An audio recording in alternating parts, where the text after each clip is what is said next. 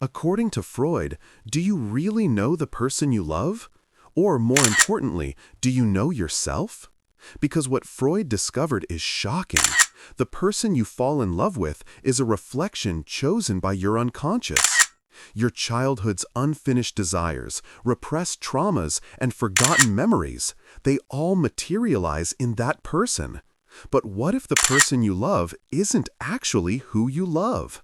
What if it's a trap set by your unconscious? Here's what Freud revealed about love's dark side. According to Freud, the moment love begins is actually when your unconscious takes over. When you look at that person, your eyes see their face, but your unconscious reads something completely different. Are you searching for the warmth of your mother figure from childhood? The attention your father never gave you? Freud called this repetition compulsion.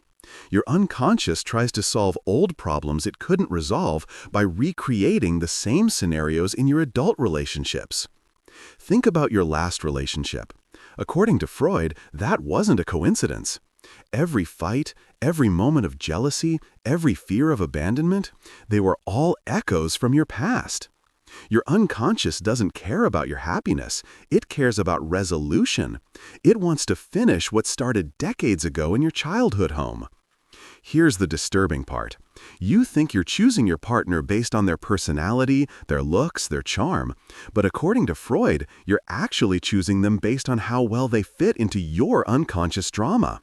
If your mother was emotionally distant, you'll feel an inexplicable attraction to someone who's emotionally unavailable. If your father was controlling, you might find yourself drawn to dominating personalities. You call it chemistry. Freud called it psychological programming.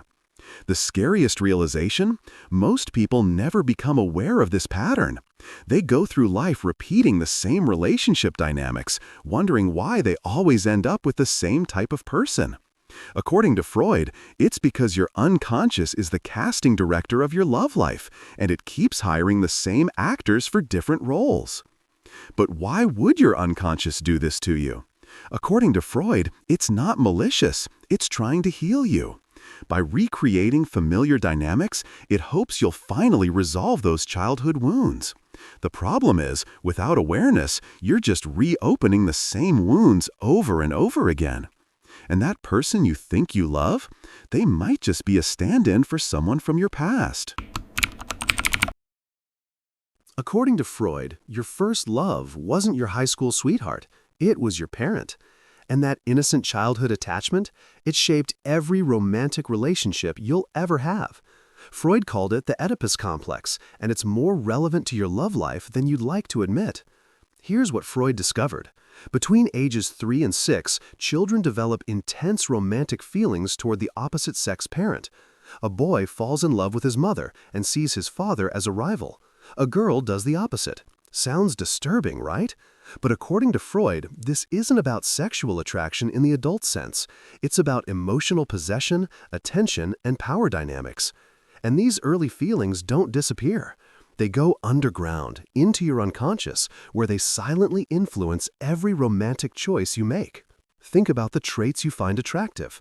According to Freud, you're unconsciously seeking someone who resembles that first love object. If you had a nurturing mother, you might seek partners who comfort and care for you. If your father was ambitious and strong, you might find yourself attracted to powerful, driven individuals.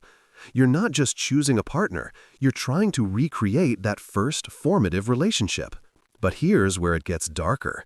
According to Freud, the Oedipus Complex also creates guilt and anxiety. Deep in your unconscious, there's a forbidden quality to love because it reminds you of those early taboo feelings.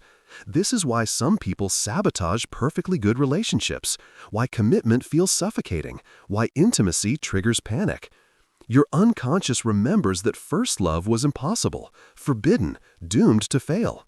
So it expects all love to follow the same pattern. Freud treated a patient who couldn't maintain relationships beyond 6 months. Every relationship followed the same pattern: intense attraction, growing closeness, then sudden panic and withdrawal. According to Freud's analysis, the patient was unconsciously reenacting the Oedipus drama. Getting close meant confronting those forbidden childhood feelings, so the unconscious hit the emergency exit every single time. According to Freud, everything you call love is actually libido in disguise. And no, libido isn't just sexual desire. It's the life force, the energy that drives every human connection, every creative act, every passionate pursuit. Freud believed libido is the engine of human behavior, and love is just one of its many manifestations. Here's what most people don't understand. According to Freud, when you say you love someone, what you're really experiencing is libido attaching itself to that person as an object. Sounds cold, doesn't it? But Freud wasn't trying to diminish love.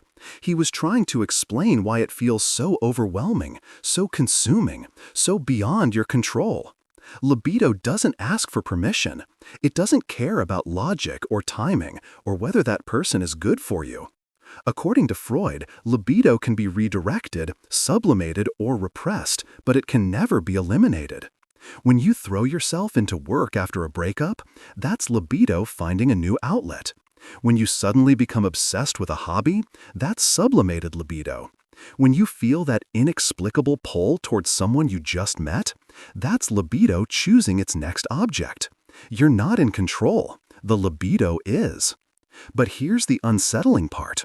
According to Freud, libido doesn't distinguish between healthy and unhealthy attachments. It can attach to someone who hurts you just as easily as someone who loves you well.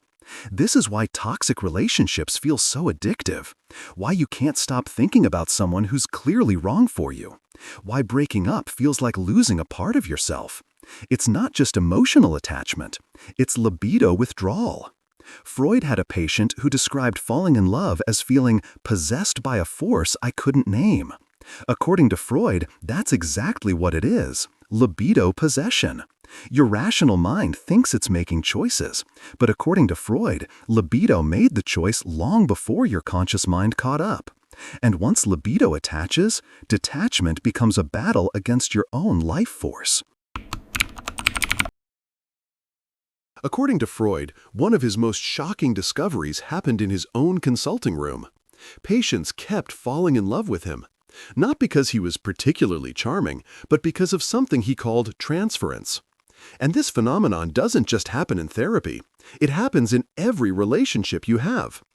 Here's what Freud discovered. When you interact with someone in a position of authority or intimacy, your unconscious starts projecting feelings from past relationships onto them.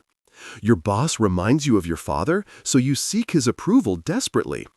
Your partner shows you kindness, and suddenly they become the perfect parent you never had. According to Freud, you're never really seeing the person in front of you. You're seeing ghosts from your past wearing their face. Transference explains why you might feel instant trust with a stranger, or inexplicable hostility towards someone who's done nothing wrong.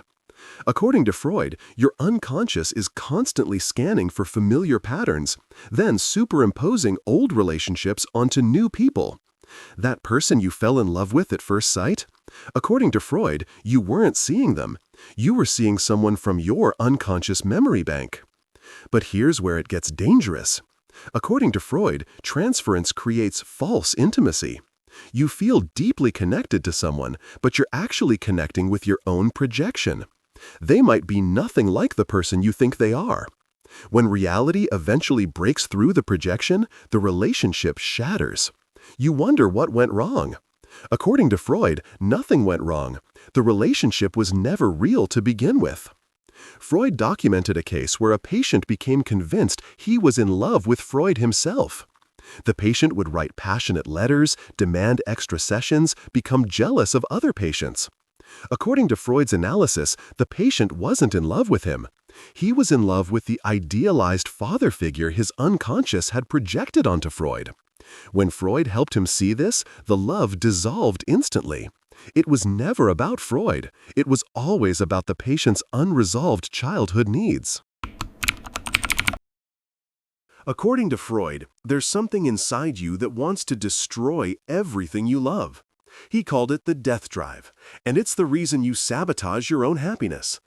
This might be Freud's darkest theory, but once you understand it, your relationship patterns start making terrible sense. Here's the theory. According to Freud, humans have two fundamental drives. Eros. According to Freud, there's something inside you that wants to destroy everything you love. He called it the death drive, and it's the reason you sabotage your own happiness. This might be Freud's darkest theory, but once you understand it, your relationship patterns start making terrible sense. Here's the theory. According to Freud, humans have two fundamental drives. Eros, the life drive, pushes you toward connection, creativity, and love.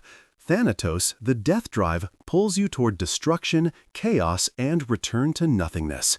And these two forces are constantly at war inside you. When you finally find a good relationship, why do you pick fights over nothing? Why do you push away the person who loves you? According to Freud, it's the death drive asserting itself. The death drive doesn't want you to be happy. According to Freud, it wants tension reduction, and the ultimate tension reduction is non-existence. But since you can't actually cease to exist while living, the death drive settles for destroying what you've built. Your relationship is going well? The death drive whispers doubts. You feel content? The death drive creates problems. You're finally at peace? The death drive makes you restless. According to Freud, this explains why people stay in abusive relationships or return to toxic partners. It's not just low self-esteem or trauma bonding. It's the death drive finding satisfaction in destruction. The drama, the pain, the chaos, they all feed that drive toward dissolution. Meanwhile, healthy love feels boring, uncomfortable, even threatening, because it serves Eros, not Thanatos. Freud analyzed a patient who left 3 loving partners for people who treated her terribly. She couldn't explain why.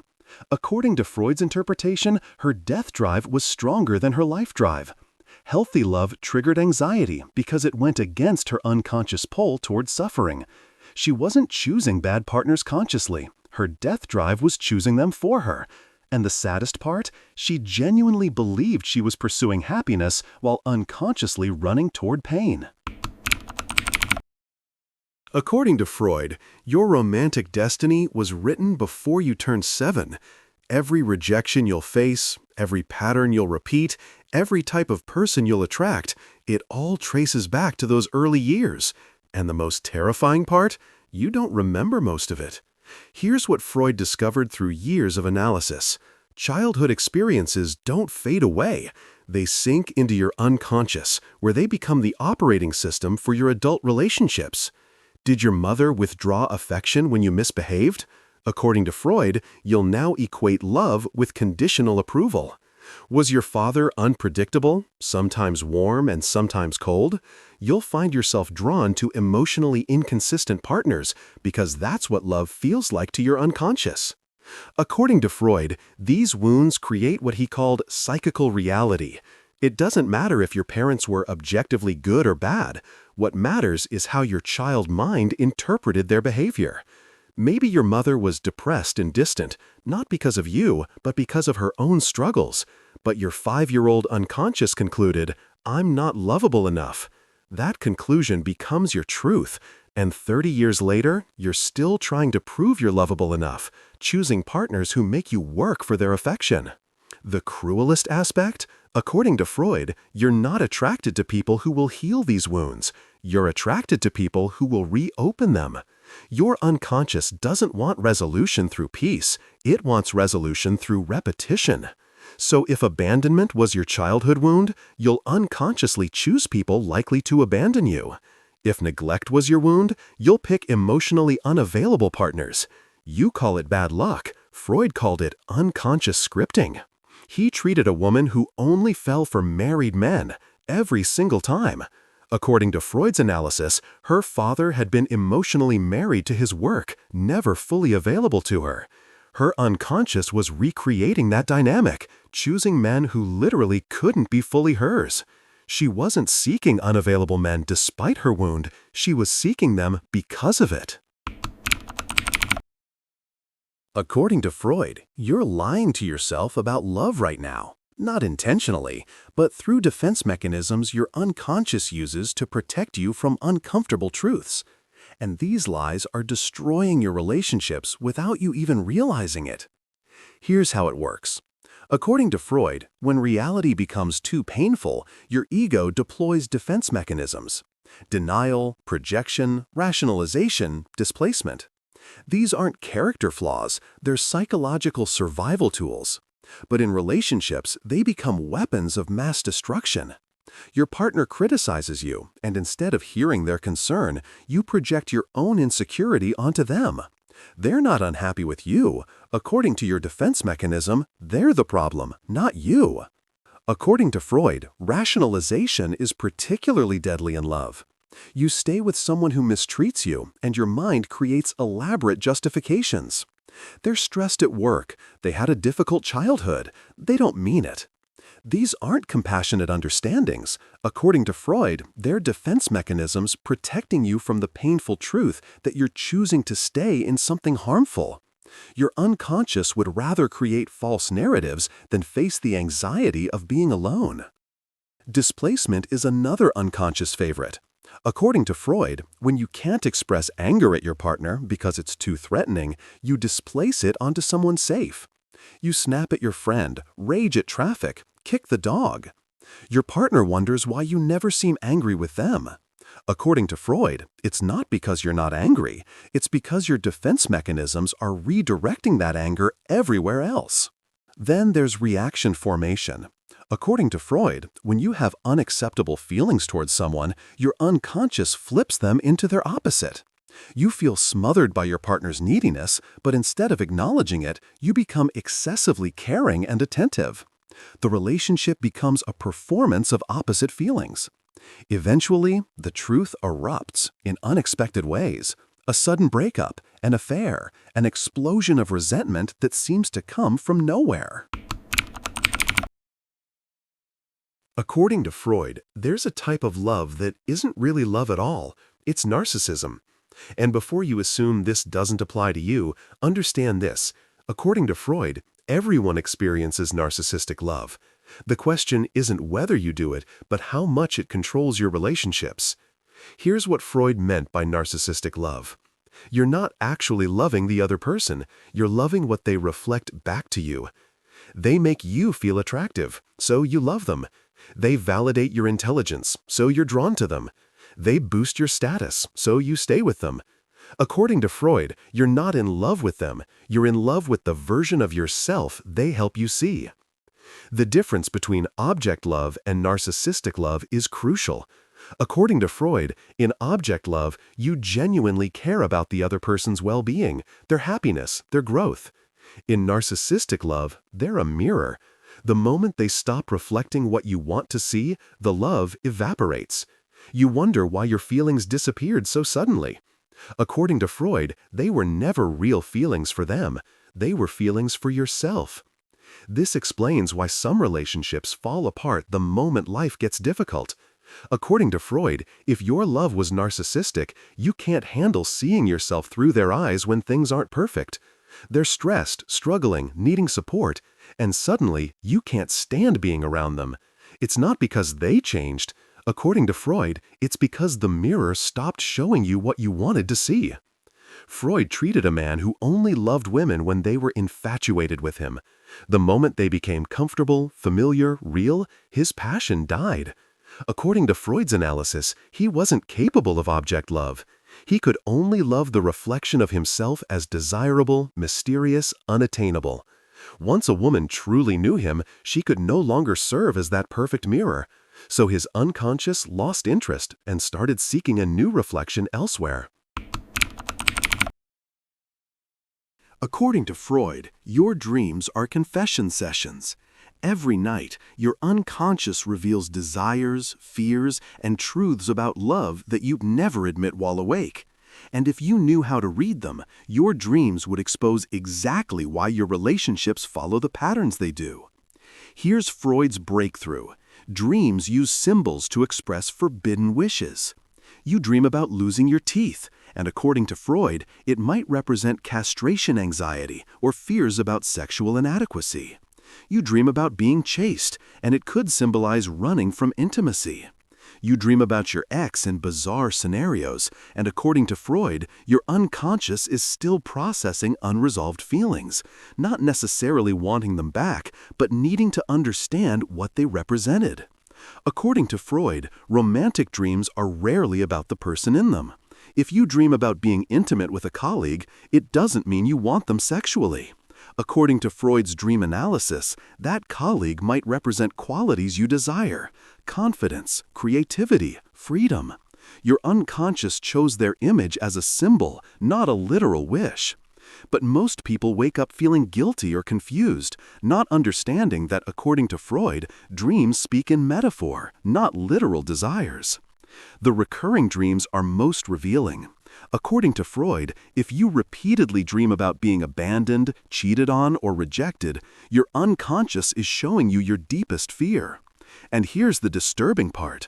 According to Freud, you might be unconsciously creating situations in your waking life to fulfill that fear. It's not that you dream about abandonment because you fear it. You fear it so intensely that your unconscious makes it happen, just to end the suspense of waiting for the inevitable.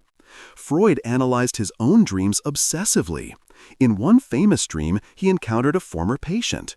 According to his analysis, the dream wasn't about her at all. She represented his own anxiety about professional failure and his complicated feelings about desire, power, and control. Even Freud's unconscious was playing tricks on him.